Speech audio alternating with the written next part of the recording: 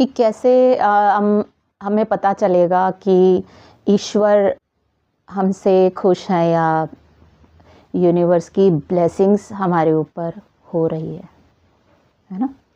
सवाल आता है ना बहुत बार कि हम कैसे पता करें कि परमात्मा कृपा कर रहे हैं, या हम जिनसे भी हम जिनकी भी हम भक्ति कर रहे हैं या जिनका भी नाम जाप कर रहे हैं उन तक हमारी बात पहुंच रही है कि भी नहीं, या हम एवं ही करते जा रहे हैं और पता चला भगवान तक बात पहुंच रही नहीं है।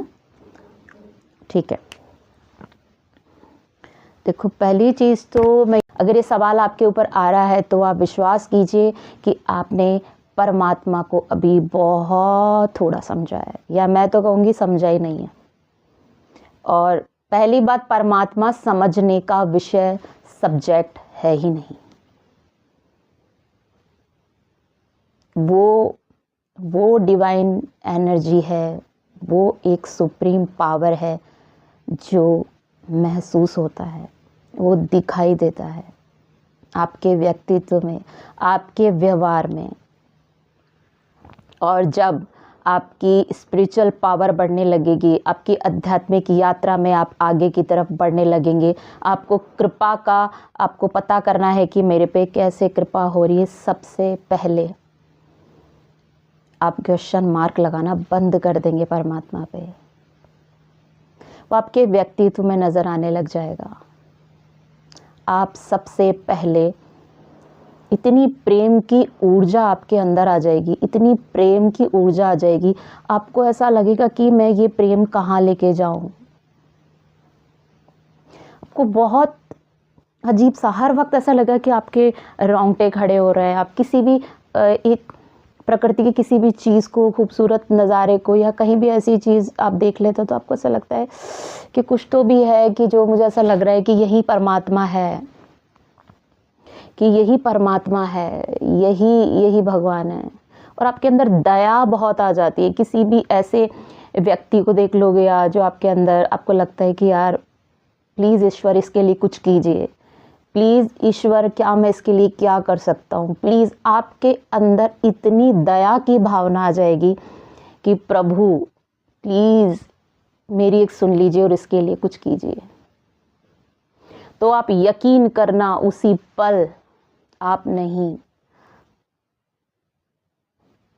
वही डिवाइन एनर्जी, वही आपके परमात्मा जिनकी आप भक्ति कर रहे हैं, आपके आराध्य बोल रहे हैं, वो स्वयं आपके बोलते हैं ना कि यहाँ जैसे एक पावर होती है, कोई यहाँ से लाइट हाउस, परमात्मा क्या है, लाइट हाउस है, और वो यहाँ से एंटर करता है, यहाँ से उसकी ऊर्जा ऐसे जब महसूस करें यहाँ कि ऐसे लाइट यहाँ से आ रही है और पूरी बॉडी में वो लाइट ऐसे महसूस हो रही है, और उस लाइट को आप फील कीजिए। तो वो परमात्मा की ही तो लाइट है, वो सुप्रीम पावर की लाइट है जो आपकी बॉडी में यूं फैलती जा रही है। और आपके जितनी नकारात्मक ऊर्जा है, वो जैसे जैसे आप आध्यात्मिकता के रास्ते पर जाएंगे, एक एक चीज़ को ऐसे कचरा साफ करती जाएगी, क्लीन करती जाएगी, क्लीन करती जाएगी। और जब क्लीनिंग का प्रोसेस होता है तो बहुत ज़्यादा तकलीफ होती है। और अगर आपने परमात्मा को मांग लिया, प्रभु बोले कि ठीक है तेरे को मैं चाहिए, ठीक है मिल जाऊंगा, बट रेडी रहना पड़ेगा आपको उस प्रोसेस से गुजरने के लिए। और वो प्रोसेस आसान नहीं होता, आपकी लेयर्स उतार देंगे भगवान। वो इतनी परीक्षाएं ले लेंगे, इतनी परीक्षाएं ले लेंगे कि आपको ऐसा लगेगा मेरा तो जीवन ही खत्म है, ऐसा लगेगा मैं खत्म हूं, मेरे पास कुछ भी नहीं है, प्रभु कहाँ हो आप। उस वक्त भी आपको ऐसा लगे ना, नहीं जो मेरे प्रभु की इच्छा है इसमें भी कुछ अच्छा ही है, इसमें भी कुछ अच्छा ही है, इसमें भी कुछ अच्छा ही है। और वो ये यकीन माना, ये आप नहीं बोल रहे हैं, वो भी उसकी कृपा ही बोल रही है। कि जब आप ईश्वर को चुनते हैं तो आपका काम, हर काम आपका नहीं होता है, वो ईश्वर का हो जाता है। आपका उसमें लेना देना रहता ही नहीं है। वो सिर्फ ईश्वर कर रहे हैं, वो काम सिर्फ ईश्वर कर रहे हैं, वो डिवाइन एनर्जीज कर रही है।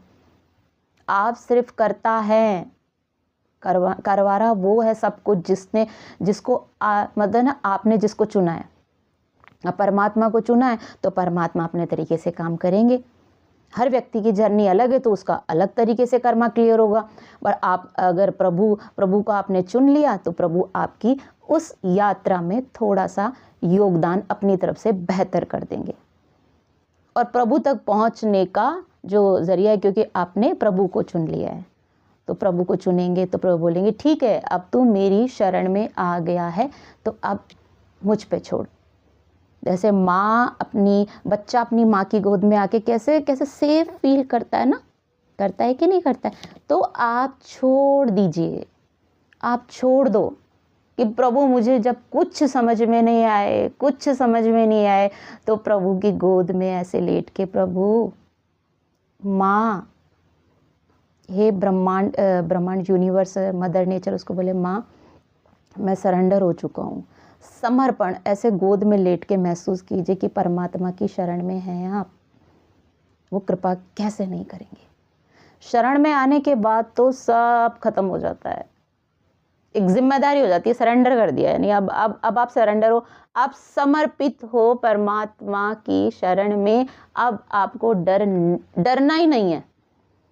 वो हमेशा से ऐसे छोटा बच्चा होता है ना, जैसे मैं उन लोगों को बहुत अच्छा मानती हूँ जो डांस भी करते हैं, गाना भी गाते हैं, मस्ती में रहते हैं, बट बिना किसी गलत कर्म के।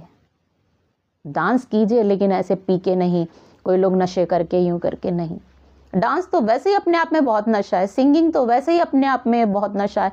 तो कला जो है वो गंधर्व लोगों का काम है। आप गंधर्व हैं वो जो ये सब करते हैं, तो उनमें तो वैसे ही शिव की कृपा है, तो उनको ये पी के ये सब करने की कोई ज़रूरत नहीं है। तो इतनी खूबसूरत चीज़ें भगवान ने बनाई है एंजॉय करने के लिए, आप कीजिए। कौन मना कर रहा है आपको खुश रहने के लिए? कौन मना कर रहा है आपको नाचने के लिए? कौन मना कर रहा है आपको अपनी मस्ती में रहने के लिए? पर वो मस्ती क्या परमानेंट है? परमानेंट मस्ती के लिए आपको अंदर से है ना प्रभु का हाथ पकड़ना पड़ेगा, अपने स्पिरिचुअलिटी का हाथ पकड़ना पड़ेगा, ताकि आप जीवन जीने के लिए जब भी ऐसा समय आए आप घबराओ नहीं। आप घबराना नहीं, ईश्वर ये कह रहे हैं घबराना नहीं है। तो अपने अंदर प्रभु को रोज़ बोलें, सुबह उठते प्रभु मुझे गले लगा लो, प्रभु मुझे ऐसे परमात्मा कैसे आके रोज़ ऐसे सुबह उठते ही कैसे लगाते भगवान को, ऐसे गले लगाइए ऐसे, और बोलिए यहाँ से जैसे लाड करते हैं ना भगवान, कैसे लाड करते हैं, माँ कैसे अपने बच्चे को लाड करती है, वैसे फील करो प्रभु अपने ऐसे लाड कर रहे हैं मुझे, सब ठीक होगा, गुड गर्ल गुड बॉय, है ना। आज पूरा दिन अच्छे काम करना है, सब कुछ अच्छा करना है, ऐसी एनर्जी में रहें और बोले thank you thank you thank you thank you thank you thank you thank you. और ऐसे परमात्मा से टाइट हग करके गले लग के एनर्जी लीजिए, और पूरा दिन देखो कैसे भी, जब भी आपको लगे कि मुझे लो फील हो रहा है तो गिव मी हग बाबा, गिव मी हग मम्मा, जो भी आपके इष्ट है उनसे ऐसे। वो तो चाहते ही ऐसा प्रेम है, वो तो चाहते ही प्रेम है, उनको तो